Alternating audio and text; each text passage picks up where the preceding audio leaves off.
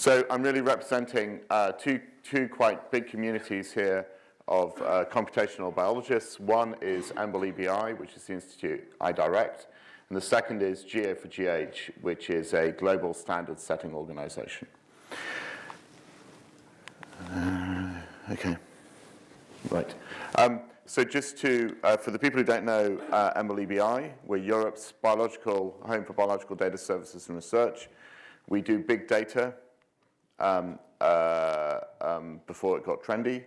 We spin about 200 petabytes of storage. That's 0.2 exabytes. Most of that is DNA, but a substantial amount now is mass spectroscopy.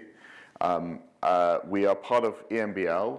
Now, this was a curiosity about 2 years ago, that EMBL is a European International Treaty Organization, which is not linked to the European Union. This became much more important 2 years ago, so there's a little bit of Cambridgeshire that will be forever Europe, for in whatever fantasy Jacob Rees-Mogg has for this. Do you issue passports? No, but we are treated as a kind of second-rate embassy for this. So we don't have UK visas, so people can work from anywhere, including Americans, at EBI.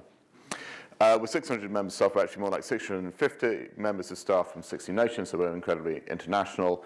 And we're also the home of a pan-European process that places the bioinformatics services across Europe in context. That's called Elixir. It is European as a kind of umbrella organization. What do we do? We do research, but one of the major things we do is we store life science data that we give back out. So basic researchers know this incredibly well. When you publish in molecular biology, you deposit your data.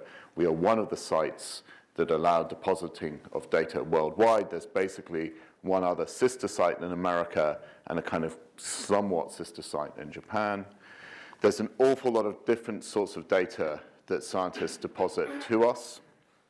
And each one of these different data types requires a team that helps store that data and then transform that data to make it useful. Now, I can't describe everything on this slide. Be reassured that if you're into proteomics, there is a place for you here. But I'm going to focus on these two things at the bottom here, the GWAS catalog and the European Genome Phenome Archive, because they're two resources that are particularly useful here. And they're both actually run by Helen Parkinson, who's at the back of the room. So if you want to hear more of it, collar Helen on this. So the GWAS catalog is a collaboration with the NHGRI Intramural Group. It has long been storing essentially table 1 of the GWAS papers, which is the list of loci that researchers believe are significant, traditionally above 5 times 10 to the minus 8. But increasingly from 2017, we've also been, Helen's team has also been storing submitted summary statistics. So people can submit summary statistics of all the SNPs that they tested, and we will store those and give them back out again. And this has become a bit of a trend. It's still nowhere near the numbers that you want to have, but it has gone up, and I believe it's gone up even more recently to about 300 studies that have summary statistics. So we have a lot of summary statistics now, and they're being downloaded and used and reused in resources like Bristol's MRBase or other people's doing the association. Here we act as an honest broker to take depositions of summary statistics, store them, give them back out again. And I should mention here that it's, well, I'll continue on this, that we hope, I think, in the future that there will be more standardized deposition and potentially the deposition on publication of summary statistics.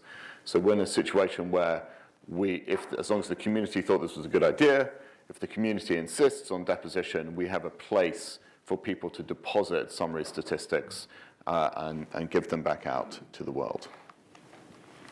Then I just want to mention the European Genome Phenome Archive. For the Americans, this is the sort of moral equivalent of dbGaP.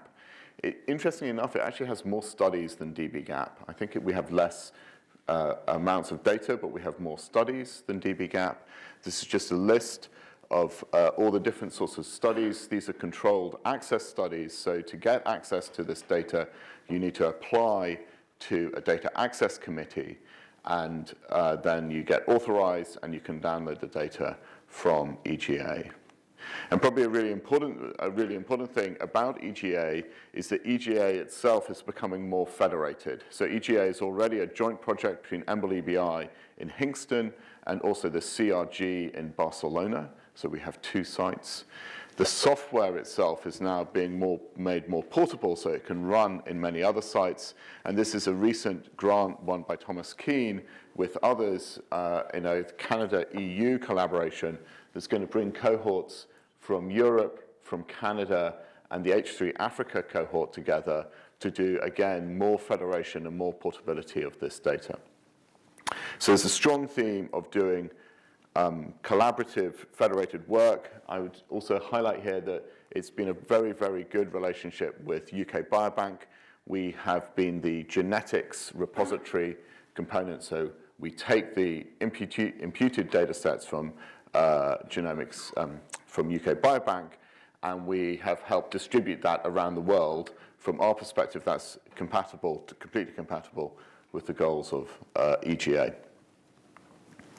So now I want to switch gears to a different organization. This is the GA4GH, Global Alliance for Genomes and Health.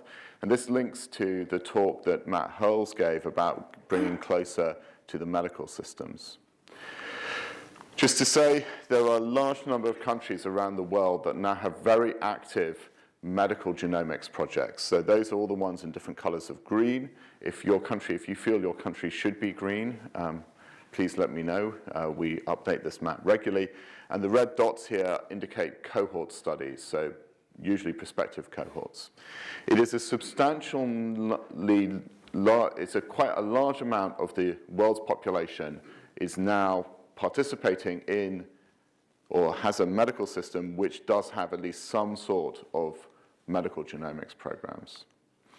And we think that there's going to be far more genomes sequenced for healthcare reasons than for research reasons over the next 10 years. And that's because healthcare scales in a very different way from research. It sort of scales by the number of people for whom this particular assay is useful. This is a piece of crude modeling. It's basically an Excel spreadsheet of how fast we believe it's going to happen. This orange line is due to rare disease.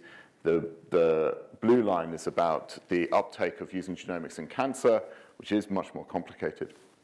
But you can see the x-axis here is in millions of people worldwide, and it's quite a substantial number. But as many of you know, and as Matt pointed out, research and practicing medicine are very, very different processes. So a big list of different things. Interestingly enough, for all the English-speaking countries, we're incredibly lucky that the international language of science happens to be the same language as our healthcare delivery language. So we have one less complication in bringing healthcare and research together in the sense that we don't have to have literally translation happening across this. But we need to have a productive way of both transferring skills and technology to the healthcare sector, but also getting data, as Matt says and other people have said, leveraging the data that is present in healthcare systems as a research substrate. So this is secondary use of healthcare data. Epidemiologists have been doing this for ages, but what we want to do now is add in the genomics component to that. And to do that, some 4 or 5 years ago, this organization was started, the Global Alliance for Genomics and Health, started by David Altshuler. I'll describe a little bit about how it's organized now. And it's hosted by the Broad, the Sanger Institute, and the Ontario Institute for Cancer Research, OICR. And we aim to be the standard-setting body for genomics in healthcare. Our relationship to genomics is very similar to W3C's relationship to the World Wide Web. So when you use the websites and you use websites, you're using standards and protocols set out by W3C. Websites themselves are not run by W3C. W3C set the standards. And in fact, you're all using it now because we look after this charming alphabet soup of formats, which is the bane of everybody's genomicist life at some level. For some of the people who know this, for example, this particular one, VCF, there's a very productive and active discussion about getting that fit for the current decade because it's not actually scaling very well. So there's a current discussion about the next generation on VCF. As well as this rather sort of old-fashioned 1980s view of the world, we also have a far more modern protocol-based view and trying to bridge this very practical level of genomics through to a more protocol-based view. And that links to what David Glazium just mentioned about there is an inversion of how we're going to do federated research. So previously and still outside of human research, what happens at the moment is researchers around the world send data to single locations, they get aggregated and transformed, and then a researcher downloads the data set to do analysis. But in the human space, we're going to have to change this around. People will have to send containers that will unfold into reading libraries, so private clouds around the world to do this. It is sort of slightly frustrating for researchers that you have to learn a slightly new skill set to do this.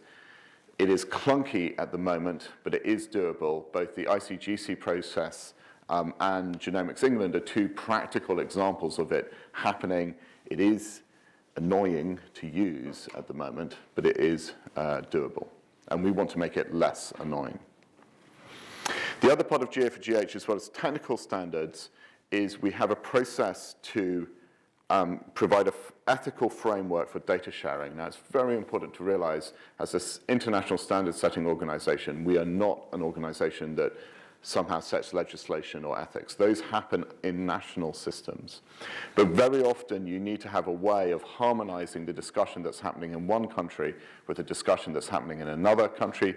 Bartha Noppers from McGill has led this for a long time. She is brilliant. And one of the real innovations here is to do this anchored in this two parts of the Universal Declaration of Human Rights, which is the right to science and the right to recognition. The great thing about doing it from these universal rights is it's a positive message about the opportunity that science gives you rather than a negative message about the risks to data privacy, though you do have to have both of these things. In this has been a very effective way of engaging with policymakers around the world about data sharing across the world. I became chair of GA4GH some 3 years ago, and something that I really felt we needed to do was stay completely connected to the practical end of delivering genomics. And so we instituted a process which is called driver projects. These are concrete, on-the-ground projects that are attempting to achieve something substantial in genomics, and they also want to do it in a standard-setting organization or standard-setting context. And so we have these projects have all agreed to be driver projects. What does that mean? We ask a leader to turn up twice a year in person, and we ask them to pledge some engineers. We ask them to put engineers behind making standards that work. And you can see that we span here from healthcare systems, related systems such as Genomics England and Australia Genomics, through to basic research, that would be Human Cell Atlas, with a lot of sort of classic genomics and genetics in here. Notice this is from the EBI, and that's the EGA. So this is about making things that we do at the EBI standards compliant with all these other things. And I should mention that we're hoping for another 6 more, up to 6 more in 2019, and we've put a lot of effort to broadening the scope away from the classic developed world or the classic European and America, and I'm very delighted to say that I'm absolutely certain we'll have some Asian driver projects coming on board in 2019. These are the people who make these, who do this standards development. There's the leadership group at the top, or there's this kind of motley crew here. We ask these people, to, as I said, to meet twice in person and twice by video conference. and they get to vote on whether a standard is a final standard. It was actually very interesting. In October, there was a standard that was proposed and was not voted to become. It was sent back to be improved. I actually saw that as a very positive thing, that as a community, we have a sense of what a practical standard should be in here. The other thing to note here is I'm delighted that some of these flags no longer are red, white, and blue. So this was just a red and blue one, and we've got a red and orange one here, and this is another nice one over here. And I'm trying to de-Anglify GA for GH in a soft and nice way. And I can't go through all the different standards. David Glazier is one of the people leading the cloud standards, for example. This is just meant to somewhat impress you that we have a lot of things that we are making progress on. 3 of these boxes got ticked in October. 2 more will get ticked, I think, in January. And so there's a series of standards that are rolling out around this area. So thank you very much. I was talking really from 2 communities. The top community here is EBI, 600-odd people, great to work with. And the bottom community here is the Global Alliance, which is truly now a global standard-setting organization for genomics.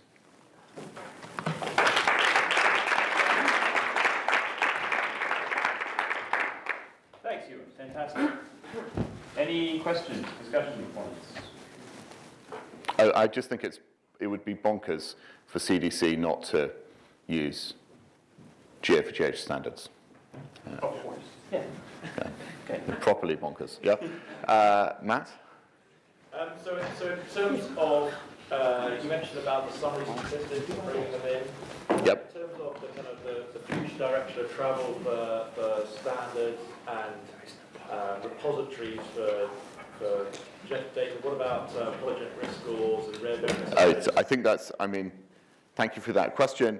I think it's very, I think it's very valid for us to think about the other things beyond summary statistics. It's an interesting question whether kind of capturing the results of fine mapping, you know, the relative weight of that versus polygenic risk scores. But certainly if we are going to do any kind of investigation of the utility of polygenic risk scores, then we've got to track them as first-class objects in our universe. They've got to have identifiers, versions, be deprecated, publications, and all of that sort of stuff. So I do think polygenic risk scores or genetic risk scores are valid objects, yeah.